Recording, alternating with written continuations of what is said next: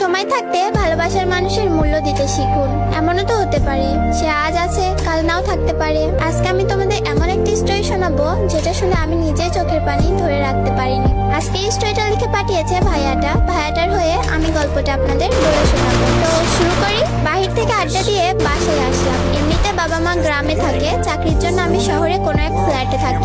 কিন্তু রাত 9টা বাজলে বাড়ির থেকে কল দিত, বক বক করতো এত রাতে বাহিরে আড্ডা দেই কেন, অথচ তখন বাজে রাত 9টা।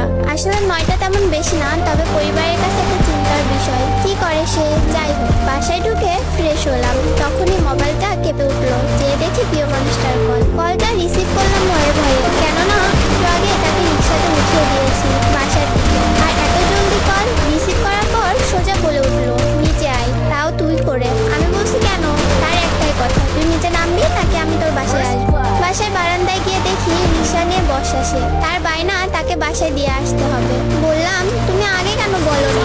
তার এক কথা, নিচে নামবি না বাসায় ঢুকবো। বাসা থেকে বের হওয়াটা সহজ নয়, কেননা বাড়িওয়ালা করার নির্দেশ রাত 11টার পর বাহিরে থাকতে পারবো না, আর থাকলেও গেট লক হয়ে যাবে, ঢুকতে পারবো না। যাই হোক, রাত বাজে 9টা, হাতে এখনো আরো 2 ঘন্টার সময়। বের হয়ে রিক্সায় উঠে তাকে তার বাসায় নামিয়ে দেয়, আর সে ততক্ষণ আমার কাঁধে মাথা রেখে তার স্বপ্নের কথা বলে যাচ্ছে।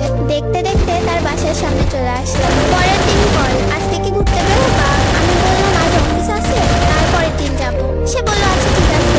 অফিস থেকে বাসায় ফিরলাম রাত 9টা বাজে। সারাদিন প্রিয় মানুষটার সাথে কথা বলতে পারিনি। ওর কথা ভাবতেই ওর ফোন আসলো। ফোন রিসিভ করলাম আর সে বললো, বাবু নিচে আসো, একটা সারপ্রাইজ আছে। আমি নিচে গিয়ে দেখি প্রিয় মানুষটা দাঁড়িয়ে আছে। উকি মেরে দেখছিলাম ওর হাতে কিছু আছে কিনা, কিন্তু কই, কিছুই তো দেখলাম না। ভাবলাম খালিটা চুমু খাবার জন্য এসেছে, তাই ওকে চুমু খাবার জন্য ওর দিকে এগিয়ে যাচ্ছিলাম। কিন্তু আমাকে ধাক্কা দিয়ে পিছিয়ে গেল আর বললো, এখন চুমু খেতে হবে না, রাতে অনেক খেতে পারবা। আমি বললাম রাতে অনেক খেতে পারবো মানে? সে বললো বান্ধবীর বাসায় থাকার কথা বলে এসেছে, আজ তোমার সাথে থাকবো। আজ তোমার সাথে থাকবো, তোমার বুকে মাথা রেখে ঘুমাবো। আমি একটু রেগে বললাম, উফ, কেউ দেখে ফেলার আগে যাও তো। সে জেদ করতে লাগলো, আমি যাব না, সারা রাত এখানেই দাঁড়িয়ে থাকবো। আমি বললাম তোমার যা ইচ্ছা তুমি তাই করো। আমি আমার